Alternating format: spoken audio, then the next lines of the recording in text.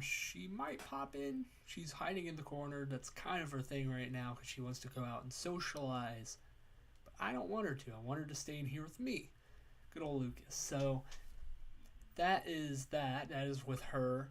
And I am back. This is officially, finally, what I wanted to do. Hopefully, everything's going all right on the viewer's end. I'm going to look back at the film. Obviously, if things go bad, if things go poorly, this will hopefully be alleviated by then. I can figure out some things, take some things out, hammer things out. But either way, that's hopefully how this is going to go. I'm learning on the job. It's a lot of technical mumbo jumbo I have to kind of learn on my own. And I hope you're patient with me on that. And so, obviously, the podcast listener here doesn't know anything what I'm talking about, but podcast listener, if you were listening, I am on YouTube at Coach's Corner. That's where you can find me. That's where I'm doing these live streams. That's where I'm also screaming to the void. A show that I listen to very heavily, the Troll Wither Show. Shout out to them. They kind of described it at one point when they were doing their. See, look right there. There she is. When they were describing doing their show, they're just kind of yelling into the void. And that's what I'm kind of doing. I'm doing this for simply my own pleasure, screaming into the void. Maybe someone will be into the void with me listening to me scream. But for right now, that's just not how it is. It's just me talking some sports, talking some fun, you know, March Madness stuff that's now April. So April Madness, if you want to call it that. Some big topics there. Obviously, a big game is going on here. I'll throw out a prediction here in a second. It'll be obviously too late by then once we figure out what is actually happening. But for the time being, I it'll be funny once I'm wrong and whatever team wins by 20 or 40 or something ridiculous once I give out my official prediction. It'll just kind of it'll kind of just be a nice little punch in the face when I get it wrong. That's just is what it is. That's the prediction game. That's what kind of the podcast, radio game, whatever you want to describe it as. And the Layla Show. See? The Lucas and Layla Show, aka Coach's Corner. That's what should sell and brand this as at some point. But either way, let's get into the topics of the day. Obviously, I feel like we have to start somewhere. That is with the LSU Iowa women's basketball game. And as you might be able to tell, the topic isn't really about the game. The game happened. It was pretty, I'd say, a reasonably enjoyable game. Referees were obviously the center of attention, as well as the players because they were just so horrific. And that's, it is what it is. Caitlin Clark had an outstanding game. Carson had a great game as well. 7 of 8 from the field. That's obviously very good and will get you a win every time. But the topic that really has swept the nation, I'd say, is Angel Reese and her doing this and doing this, pointing to Caitlin Clark, the best player on the court and in the game. And so that's kind of gotten the buzz of this. And I'm not going to be the one to call it classless. I'm not going to be the one to yell about it, like I said, into the void here and complain about it. Because I think that dialogue has been expressed very in a not fun way for anyone. And it kind of it has very weird undertones that I don't really want to get into and get myself into trouble. So for that reason, I'm going to explain why it is good for the sport. Now, do I necessarily agree with her actions during that? No, I don't. I'm a sportsmanship kind of stickler, but then once again, if this was my player doing that, I probably would be excited and probably laugh about it a lot. But as not an LSU fan, I'm kind of critical of it, admittedly. But like I said, I'm not going to talk about that aspect. The aspect of it is that it is good for the sport and for the game that we have players like Angel Reese doing what she's doing. Because I can guarantee you, if she did nothing and she kind of just slapped hands, went to the line, slapped hands with the opponent, walked away, did nothing, and talked about it post game, We might get a story or two the next day after they win this, but instead, we have this storm of outrage from so many different people. We have so many different point of views that are talking about it and how upset they are or how it's awesome and all that stuff. And I don't think we get that same dialogue with, this type of action not happening. So part of me, like I said, don't love it, but it is good for the sport. Every sport needs a villain. I think that's fair to say. Every entertainment industry ever needs a villain. Because the protagonist is just a normal person if they have no villain. They're just doing good for no one. They don't have anything opposing them. But in this universe, in the women's college basketball universe, we now have a villain to root against. And we have if we want to take it as Caitlin Clark is our protagonist here, we have Caitlin Clark, we have Paige Buchers at Uconn. We have so many players now that are gunning for Angel Reese's spot. This is kind of like a movie where the villain wins in the end, and now we have to come back for next season to see if the villain wins again, or if we have a hero come up through the ranks and win this game. It's a very interesting dynamic, I think, for the sport, and I think it is ultimately really a good thing. Because I don't think it's a stretch to say that the Dark Knight wouldn't be the Dark Knight if it didn't have the Joker. That kind of just is what it is, And so something like that happens yesterday. People talk about her outraged. It'll definitely get swept under the rug because unfortunately that kind of happens to women's basketball. And we won't hear about it until probably this time next year or during the season. Either way, this is good for the sport. It really is. Something like this, because, women's college basketball has weird rules, especially different than men's basketball because they have quarters, like a normal sport actually should have. And they have this eligibility rule where basically they can't leave school until, I think, after their fourth year. And so they have to come back next year. We have to see them again. Angel Reese has to come back. She can't go because she's not a senior. I know that. She'll be right back here next year. And we have Caitlin Clark, who's also entering her last year. We will see her next year. Uconn, Paige Buchers, will see them next year. South Carolina, who, once again, is kind of under that umbrella of, their villain in the sport because how they play is just not aesthetically pleasing to the normal basketball fan, to the normal, just, I guess, normal people. It's just not, they kind of brandished themselves so Dawn Staley, let's back it up. Dawn Staley's comments post-game after they lost, kind of outraged at how the media's covered their team, calling them, I think, fighters and bar fighters, this, that, and the other. But stuff where it's basically they're not playing basketball, they're just roughhousing. And it was accurate. I think it is accurate. They are very physical. That is how they play. That's kind of how LSU plays.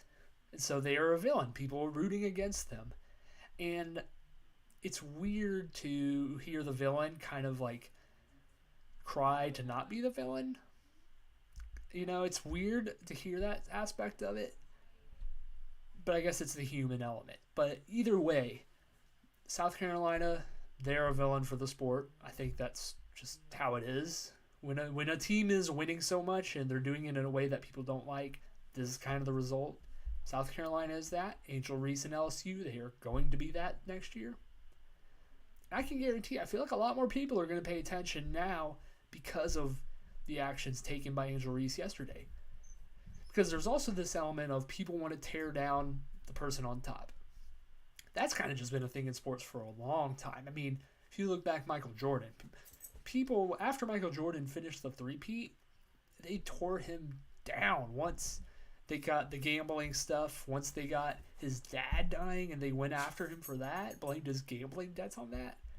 They went after him for that. And he was on top of the world, not just basketball. You see, there's this whole process of they're going to tear down LSU. Fans are going to tear them down and make them probably very, very upset in their lives, just because that's kind of one of the sickening natures of being a fan is people will take stuff too far. And so I assume that's going to happen.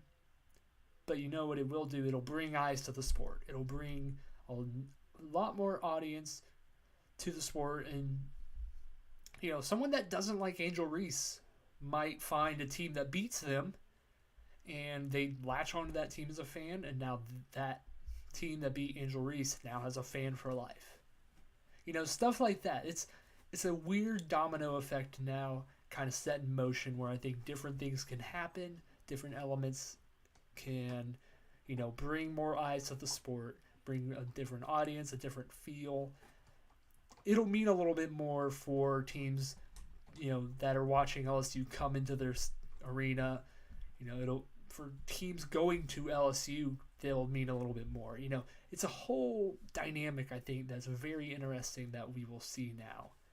And yeah, that's why this is good for the sport. Showboating is good for sports because it gives us this type of dialogue where it gives us rivalries. We can now press forward with a rivalry now, Caitlin Clark versus Angel Reese, maybe when they go to the pros someday. It's ultimately a very positive thing, I think, that comes off as kind of classless, but you have to understand that she didn't punch Caitlin Clark in the face, it's not like she was angrily just like doing it everywhere. Like she was doing it in her face. She totally was. That's kind of why it made people so mad. But she didn't commit anything that was bad. She won the national championship. I would be laughing hysterically if Stetson Bennett ran down the TCU sideline, flashing his hand up with a ring, like pointing at his ring finger. Would people be very upset about it? Of course they would be. But one's ultimately good for the sport, no matter how you feel. It is. I'll tell a story real quick. My mom is a big Pat Summitt fan. She loved Pat Summitt, coming up through Tennessee and all that stuff and winning her titles. But she hated Gino Auriemma. And it's just because of how he carried himself. He was a villain. I mean, if you compare the two, obviously, I think Uconn fans would view Pat Summitt as a villain. Pat Summitt fans would view Uconn as a villain. It's kind of that vice versa thing. But either way, it brought eyes to the sport. You wanted to see Pat Summitt showdown against Gino in, the March Madness or finals. Either way, you wanted to win. Awesome. But I think this was a cool Final Four we got in women's college basketball. It just was. So, props to them. But next off, let me show off the game of the night here. Tipping off very shortly here. Real quick, I'm going to give my prediction here. I think UConn's going to win. There, just laying it on the table. I think UConn has consistently been the best team this March.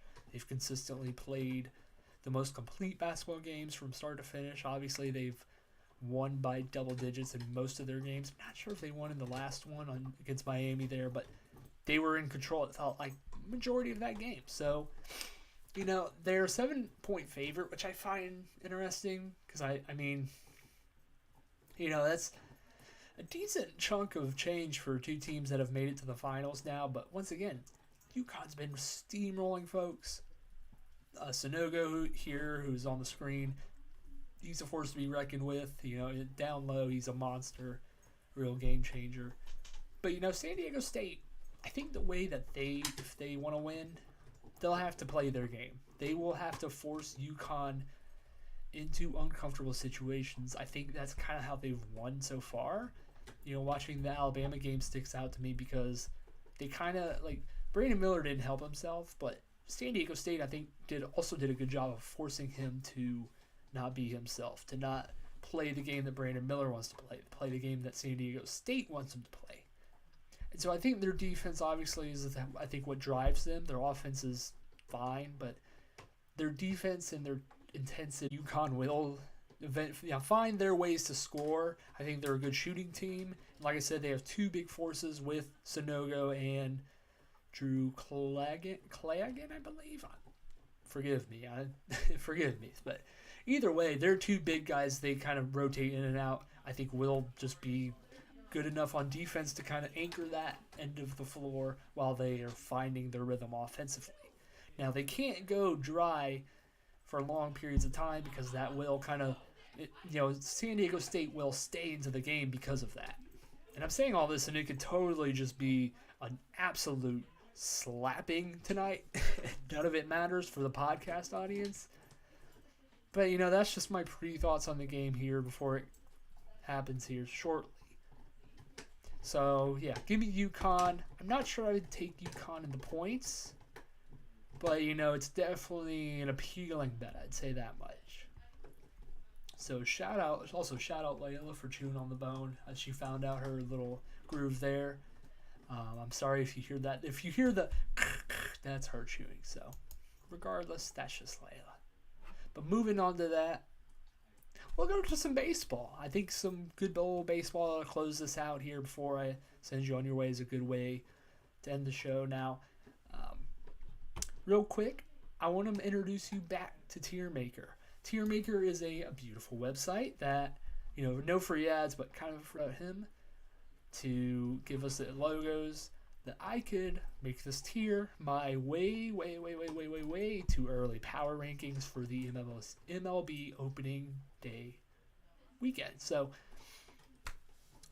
real quick, I want to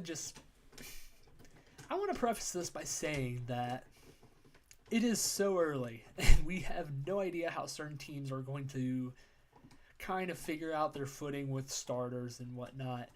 And so, I'm not an MLB expert by any means. I'm kind of just a very casual fan who recently got an MLB TV account, so I've kind of just been trying to hone in on as many games as possible. And I tried to do that a lot this weekend.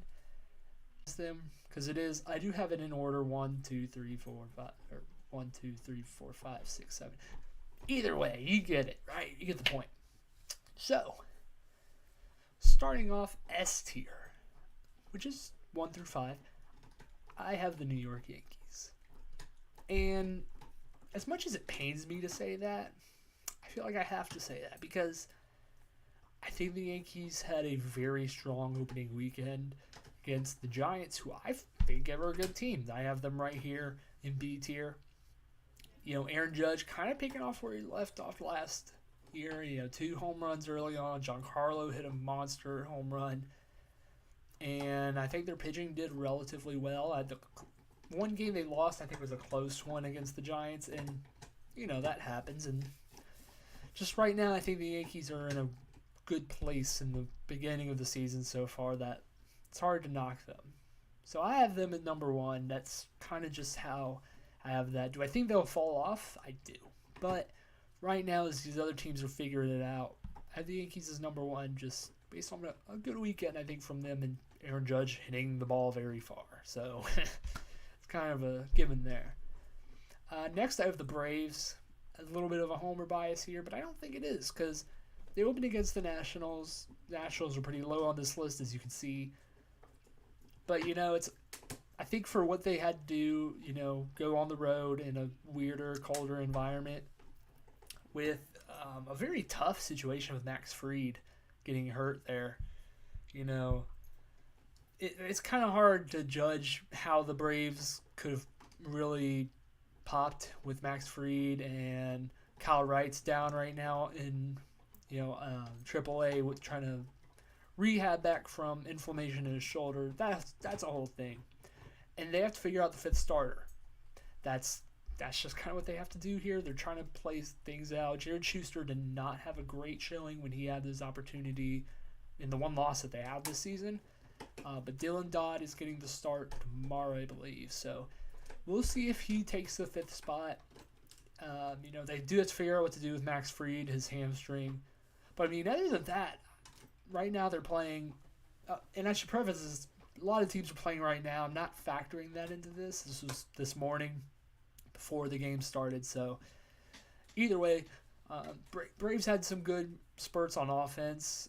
They had one game where they basically kind of just slapped the ball around and got a lot of, runs off that way. And then they got a game where they hit home runs. So I think they have a good mix of offense. The lineup construction's a little bit iffy for me right now, Marcell Ozuna specifically. But regardless, I think their bullpen is top notch. And it's hard to give the Braves a worse rating than,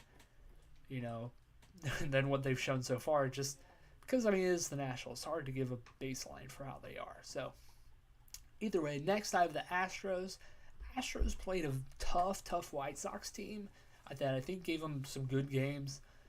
That their pitching was, I think, pretty solid there. Dylan Cease, Lance Lynn, and Lucas Giolito, great top three there. And so, Astros kind of got their best shot there. And so, I think it's only fair to put them here right now. Yordan Alvarez, I think, has a good shot at being the AL MVP just because he's a monster, a mammoth of a man. But, that's kind of just, you got to figure that stuff out. They have to figure out some stuff with Jose Altuve's obviously out, but Jeremy Pena's there. Kyle Tucker's really good, man. Kyle Tucker has made a fan out of me. I think he's a really good player. Then you have the Dodgers. Dodgers split with the Diamondbacks, who I think are better this year than people probably give them credit for. I think the Diamondbacks are a fun team to watch. They're not expected to really compete for anything, but they're young and fun. And I didn't know that Kyle Lewis was there, so. I think the Dodgers splitting there isn't that concerning.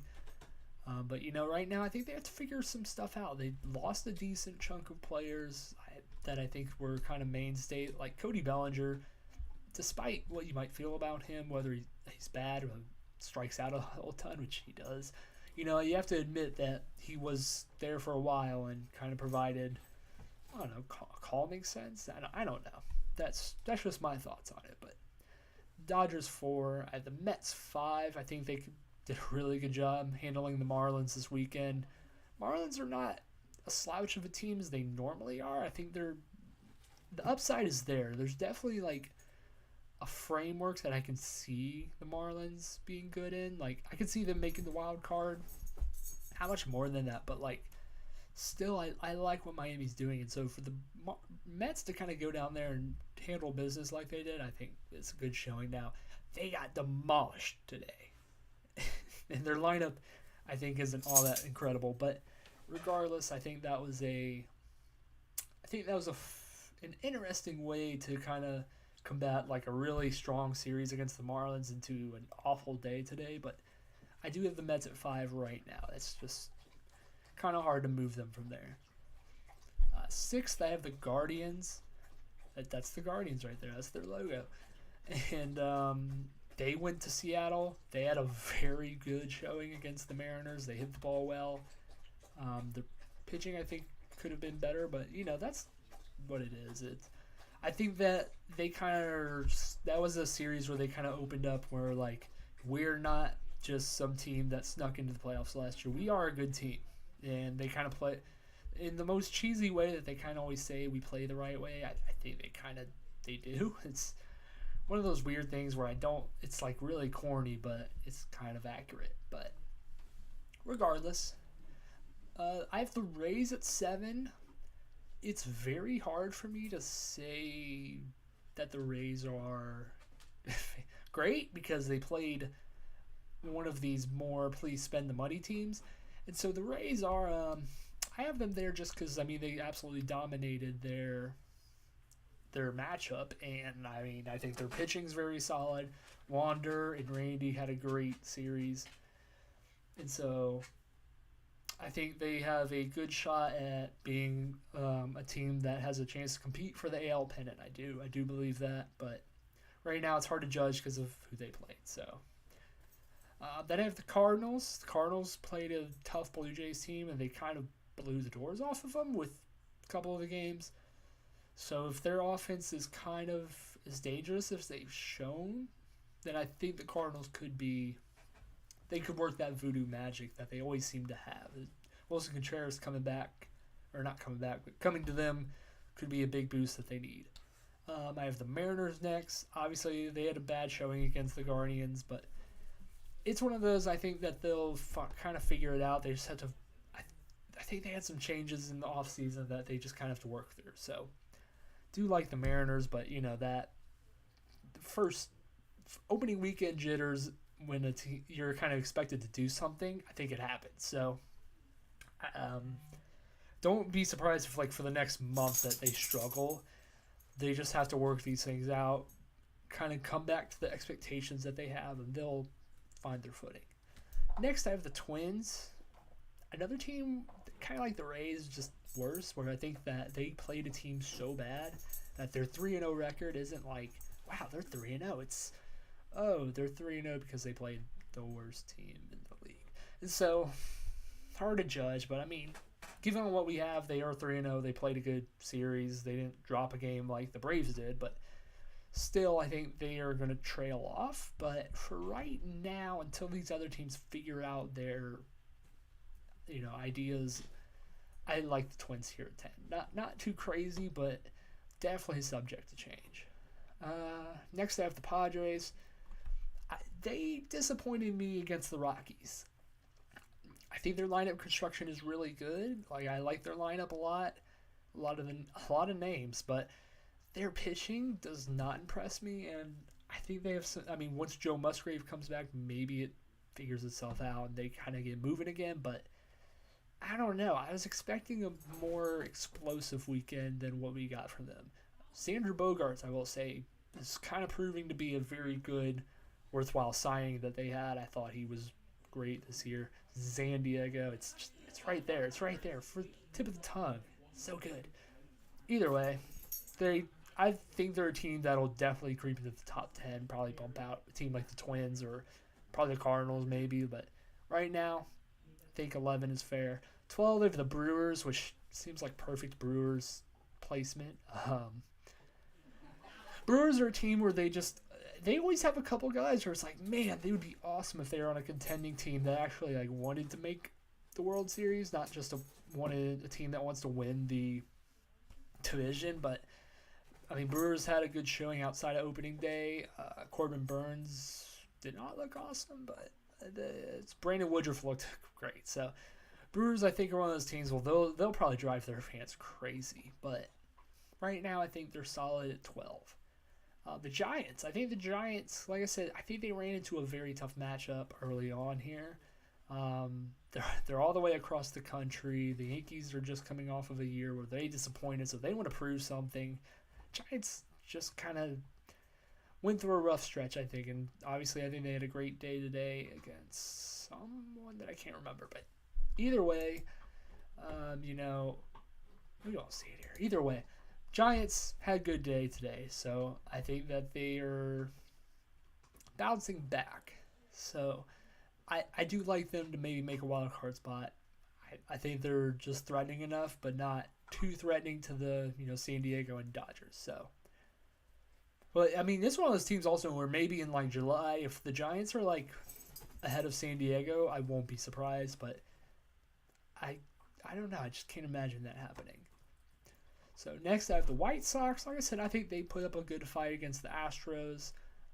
Luis Robert looked great in center field, defending. He's had a couple great catches. So, and I thought they found ways to score when I didn't think that they could. I thought that'd be a lacking part of them. But they, like I said, surprisingly kind of figured that part of it out. And maybe if they can keep that going, I don't know. Maybe they could be up there with the Guardians and Twins instead of being more towards the Tigers and Royals. So, either way, good showing from them against the reigning champions. Next, I have the Toronto Blue Jays. Obviously, they played against the Cardinals. I said they got beat up pretty bad a couple of those games. I think their pitching needs to find their feet.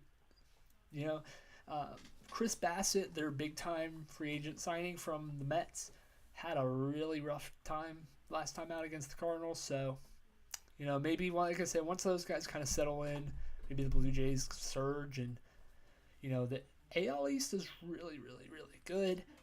And so the Blue Jays really have a gauntlet of a schedule trying to go through that. But hopefully the balanced MLB schedule will help alleviate some of that stress.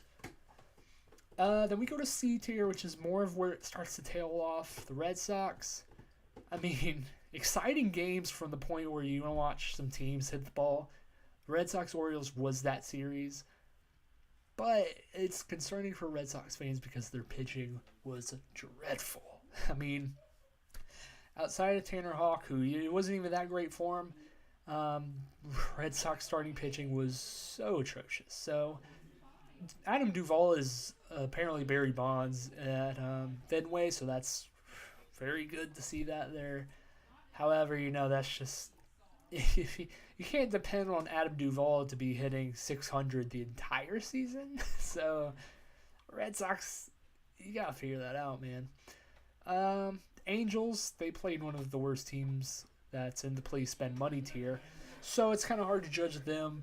But I mean, obviously they had great offensive showings from Shohei, Mike Trout, Taylor Ward got in on the action. Anthony Rendon tried to fight a fan. It was fun times in the old Oakland Coliseum. So I maybe if some of their pitching figures it out, they'll be more dangerous. But right now, I can't buy it. Texas Rangers, that's the next team. Surprisingly dominated the Phillies. Obviously, the Phillies are a team that I'm going to talk about here in a second. They had high expectations, but they did not show up. Rangers' offense was great. Their pitching, once again, left a lot to be desired, but still, Rangers, I think, comfortably are really good in the first couple months, but they kind of really, really fall off. But either way, next team, the Orioles. Like I said, that Orioles-Red Sox series was a show. I'll leave it at that. It was really bad fundamentals from the Orioles that lost them 2 games, so that's bittersweet. But I think that they did show enough promise where, like, Cedric Mullins had a home run, I believe. Adley Rutschman had some great, hitting games. They have the stuff there. It's just figuring it out. Next, the Arizona Diamondbacks. Like I kind of mentioned them earlier. They are a young team, have a lot to show and prove, but they'll figure it out. I mean, if their pitching can keep up, maybe they're a team that's like knocks on the door for one of the playoff spots. But right now, I do think they'll trail off. D tier, I have the Phillies. Their performances against the Rangers were pretty bad. Nola was not good. It's just it was rough. It was a rough showing for the Philadelphia Phillies, but I have a belief that they'll kind of turn it around because, they did it last year. They were really bad, and they kind of went on one of those Braves and Nationals stretches where they were so hot that they cruised to the World Series. Now, could they have a hangover? Sure, but it's hard for me to say that right now. But, I mean, here in D tier, it looks bad, but in reality, don't panic yet. It's opening weekend. The Marlins, I think the Marlins competed hard this weekend. They just were, I think, out talented. I don't know. But either way, I think that Miami has good pieces there. They just ran into a better team, flat out. Cubs, I want to be optimistic for the Cubs, but their pitching is not good. Their pitching is just not very exciting. Their hitting, I think, is tad inconsistent. And I don't know. I'm just not thrilled with what the Cubs have done so far. So then we go to the Reds. Reds are one of those teams where they play the Pirates. So bad and bad equals bad. That's kind of how that equation adds up. So a 2-1 record, but playing probably one of the worst teams in the league, does not bode well. Then we have the Rockies, who, like I said, fought really hard against the Padres. CJ Cron hit some big homers for that series. Charlie Blackmon, I believe, hit one. The Rockies kind of did a really solid job on the road against a team that has high expectations. So they get placed into D tier. And then we get to the please spend money. Because, baseball spending is such a hot topic. Figured this would be an appropriate tier. Pirates, Brian Reynolds has 2 home runs today. He had a home run, I believe, the other day as well. So good for him to boost his value. Really exciting. O'Neal Cruz also launches baseballs. Monster of a human being. It really is.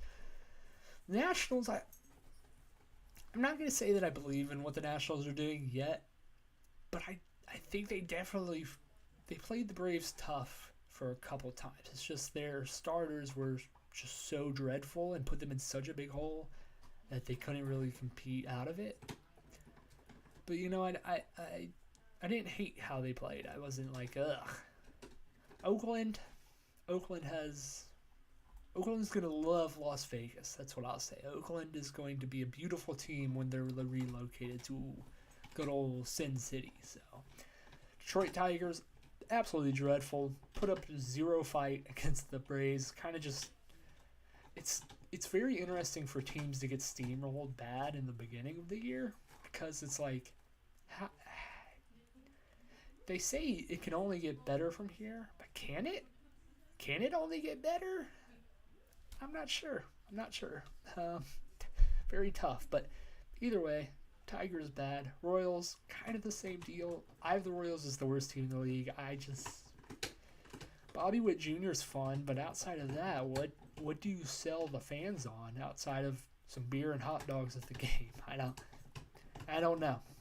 I don't know what the Royals or the Tigers' plans are. It just seems clunky. So that is your very, very, very way too early power rankings for opening day weekend for baseball. Like I said, I'm kind of a casual, so don't yell too much at me whenever you do listen to this, but that's just kind of where I'm going. So, but with that being said, I think that's enough sports that we've covered. Going to come back hopefully on a Wednesday night. We'll have a champion crowned in the NCAA final here. That should be tipping off now as I said this. But that's happening. We have NBA that I want to talk about, kind of get an update on that since I've been out. And yeah. As always, make sure to like and subscribe. Turn on notifications to get notified for streams, for videos after the streams, for the podcast. That'll be coming out on your feed hopefully shortly here. All the good stuff. I want you guys to enjoy this. I want to have a good time. I am back. Make sure to check out Coach's Corner. So, all that being said, Layla here is going to say goodbye. I'm going to say goodbye. I'm your host, Lucas Kochevar, as always. Thank you so much.